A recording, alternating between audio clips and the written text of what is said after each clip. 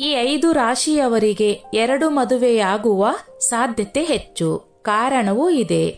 ಜ್ಯೋತಿಷ್ಯ ಶಾಸ್ತ್ರದ ಪ್ರಕಾರ ಈ 5 ರಾಶಿಯವರಿಗೆ 2ನೇ ಮದುವೆಯಾಗುವ ಸಾಧ್ಯತೆ ಹೆಚ್ಚು. ಆ ರಾಶಿಗಳು ಯಾವ್ಯಾವು?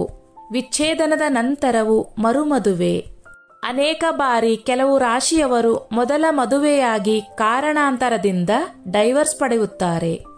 2ನೇ ಮದುವೆಯ ಬಗ್ಗೆ ಯೋಚನೆ ಇಲ್ಲವೆಂದರೂ ಸಹ ಕೆಲವೊಮ್ಮೆ ಅವರ ರಾಶಿ ಚಕ್ರಗಳ ಫಲದಿಂದ ಮರುಮದುವೆಯಾಗಲೇಬೇಕಾಗುತ್ತದೆ. ಬನ್ನಿ, ಇಂದು ಜ್ಯೋತಿಷ್ಯ ಶಾಸ್ತ್ರದ ಪ್ರಕಾರ 2ನೇ ಮದುವೆಯಾಗಲಿರುವ ರಾಶಿಯವರು ಯಾರು ಎಂಬುದನ್ನು ಇಲ್ಲಿ ತಿಳಿಯೋಣ. ವೃಷಭ ರಾಶಿ. ಮದುವೆಯ ವಿಷಯಕ್ಕೆ ಬಂದಾಗ ವೃಷಭ ರಾಶಿಯವರು ತಮ್ಮ ಸಂಗಾತಿಯಿಂದ ನಿರೀಕ್ಷೆಗಿಂತ ಹೆಚ್ಚು ಏನನ್ನು ಬಯಸುವುದಿಲ್ಲ. ಬಹುಶಃ ಅಪೇಕ್ಷಿತ ಫಲಿತಾಂಶಗಳನ್ನು ಸಿಗದಿದ್ದಾಗ ಅವರು ಮೊದಲ ಮದುವೆಯನ್ನು ಮುರಿದು 2ನೇ ಮದುವೆ ಆಗುತ್ತಾರೆ.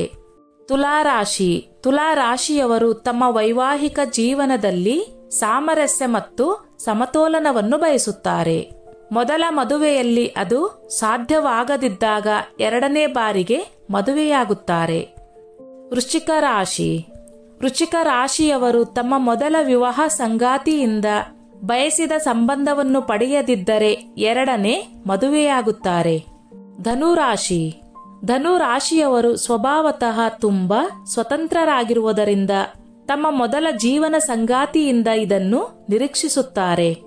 ಅದು ಸಾಧ್ಯವಾಗದಿದ್ದಾಗ ಮಾತ್ರ ಡೈವರ್ಸ್ ಪಡೆದು ತಮ್ಮ ಸ್ವಾತಂತ್ರ್ಯಕ್ಕೆ ಯಾವುದೇ ರೀತಿಯಲ್ಲಿ ಹಸ್ತಕ್ಷೇಪ ಮಾಡದ ಸಂಗಾತಿಯ ಕೈ ಹಿಡಿಯುತ್ತಾರೆ. ಕುಂಭರಾಶಿ. ಕುಂಭರಾಶಿಯವರು ತಮ್ಮ ಮೊದಲ ಮದುವೆಯಲ್ಲಿ ಸಂಗಾತಿಯಿಂದ ಜೀವನದಲ್ಲಿ ಬಯಸಿದ್ದನ್ನು ಪಡೆಯದ ಕಾರಣ ಅವರು ತಮ್ಮ ಮೊದಲ ಮದುವೆಯನ್ನು ತೊರೆದು 2ನೇ ಮದುವೆಯಾಗುತ್ತಾರೆ. ಸ್ನೇಹಿತರೆ, ಈ ನನ್ನ ಮಾಹಿತಿ ನಿಮಗೆ ಇಷ್ಟವಾಗಿದ್ದಲ್ಲಿ ದಯವಿಟ್ಟು ಶೇರ್ ಮಾಡಿ, ಲೈಕ್ ಮಾಡಿ ಮತ್ತು ಸಬ್ಸ್ಕ್ರೈಬ್ ಮಾಡಿ.